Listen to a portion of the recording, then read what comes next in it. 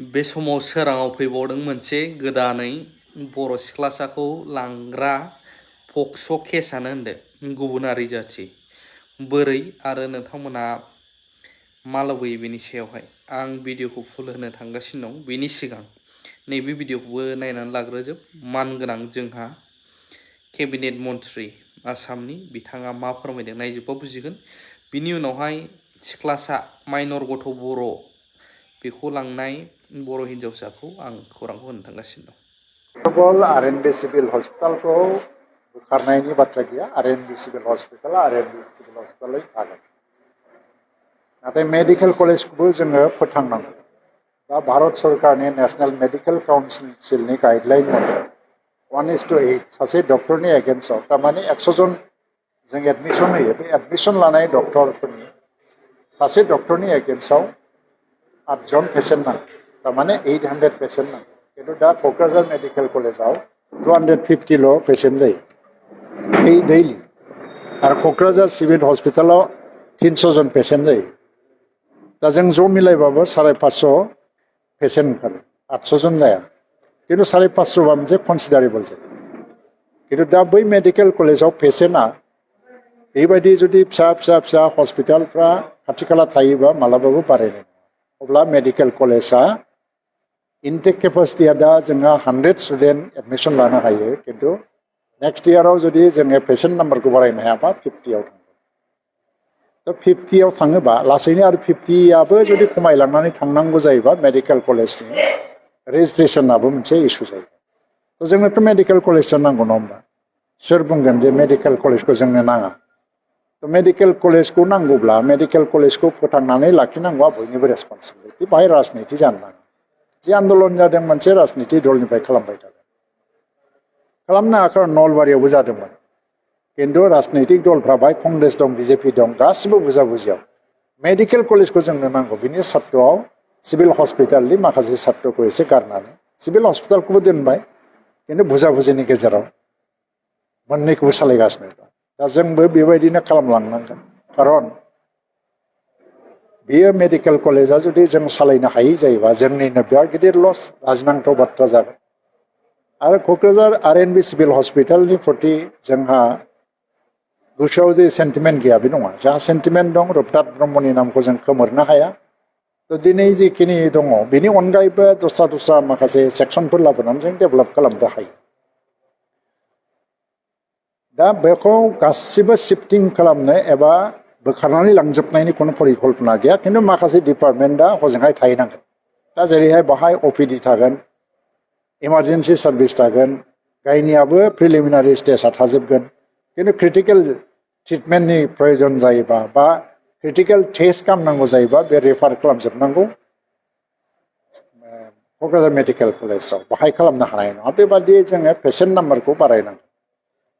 कलकाता बा दिल्लीफोर बादि सिटि मोनब्ला बाहाय पपुलेसना आंखाल गैया।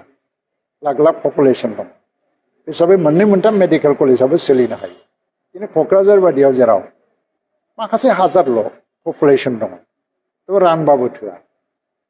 दा बे जोंनि माबायाव थांनाय बाराव एनएमसिनिफ्राय मोनसे हियारिं लाफैदों नेशनेल मेडिकेल काउन्सिलनिफ्राय। बे बिराद गिदिर कुइसन जादों, मानो पेसेन्टआ बारायाखै, मानो 250 जनल'। 800 जनाव बोरै 250 जन? 500 बा 500, 600नि गेजेराव थाब्लाबो जोङो सानजागौमोन दे पेसेन्टआ बारायो। दाथ' बोसोराव बारायथाराखै। 2 लाख थाखा पेनाल्टि होनांदों मेडिकेल कलेजा। बिनि थाखाय सोरखौ दाय होनो? डक्टरखौ दाय होनो ना प्रिन्सिपालखौ दाय होनो? बे प्रिन्सिपालनि डक्टरनि दाय नङा।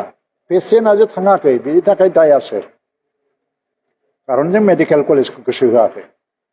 दा बे मोननै सिभिल हस्पिटाल आरो मेडिकेल कलेजा एमालगेमेसन जायाबा पेसेन्ट नाम्बारा ओरैनो बारायनाय नङा। फैगौ 15 बोसोर 20 बोसोरावबो एसेबां पेसेन्ट जानाय नङा क'क्राझाराव। खारन बाहाय पपुलेसना एसेबां बारायाखै। आरो जों बांसिनानो दिनै कचबिहाराव थाङो, गुवाहाटियाव थाङो, बङाइगावआव थाङो, क'क्राझाराव ट्रिटमेन्ट खालामो। दा बे खारनाव क'क्राझार सिभिल हस्पिटालाव जेसेबां पेसेन्ट फैगोन बेनि रेफार खालामनाया मेडिकेल कलेजाव खालामनांगोन।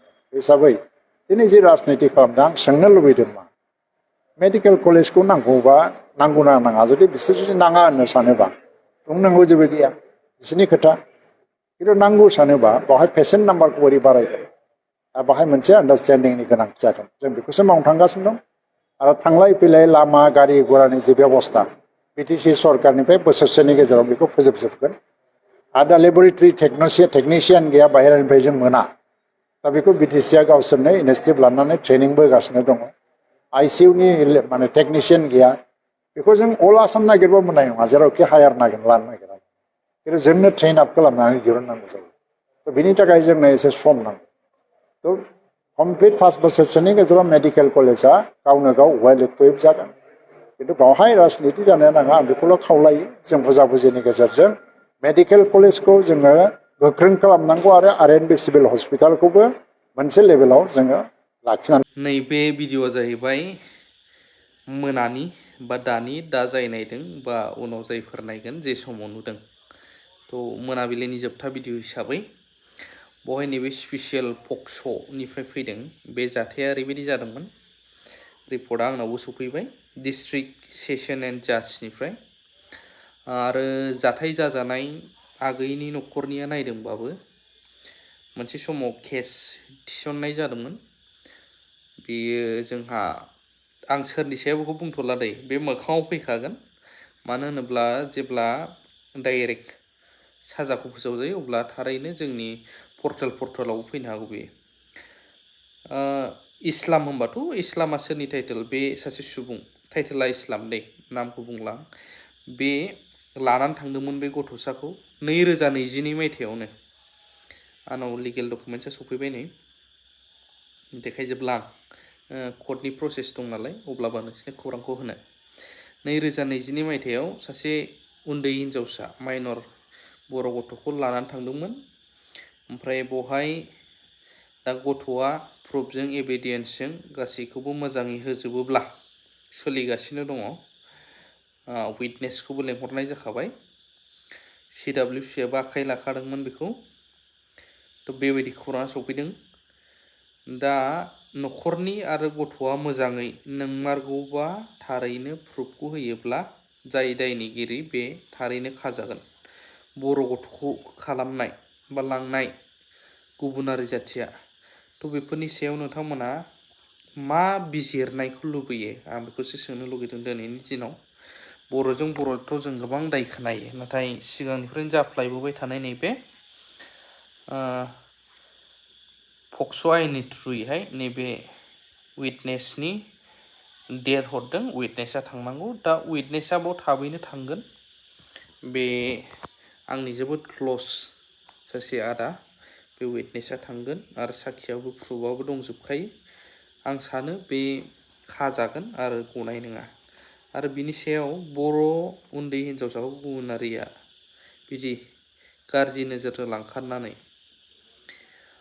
गाज्रि माबानो साननायाव नोंथांमोनहा मा साजाखौ लुबैयो मा बिजिरनायखौ लुबैयो कमेन्ट होनो हागोन आं दायो माने बेखौहाय स्लाइटलि नटिफाइ खालामनानै दोनखाबाय आरोना थाबैनो बियो बिजिरनायखौ मोनगोन जानांगौ जोंहा क'क्राझारावनो बेबायदि ओमफ्राय गोबां खौरांखौथ' मोनबाय नोंथांमोनहा बोरै दङ आरो फैगौलाय नै इलेक्सना 2025नि एबार सोरनो भट होगोन गाव गावनि बेसेन गोसा भटखौ फानगोन ना भेलुएबल सायख'नानै होगोन ना गुबुन खुंथायखौसो लुबैबावबाय जोंनियाव बेखौबो कमेन्ट होनो हागोन थेंक इउ भेरि माच फर वाचिं लाभ इउ अल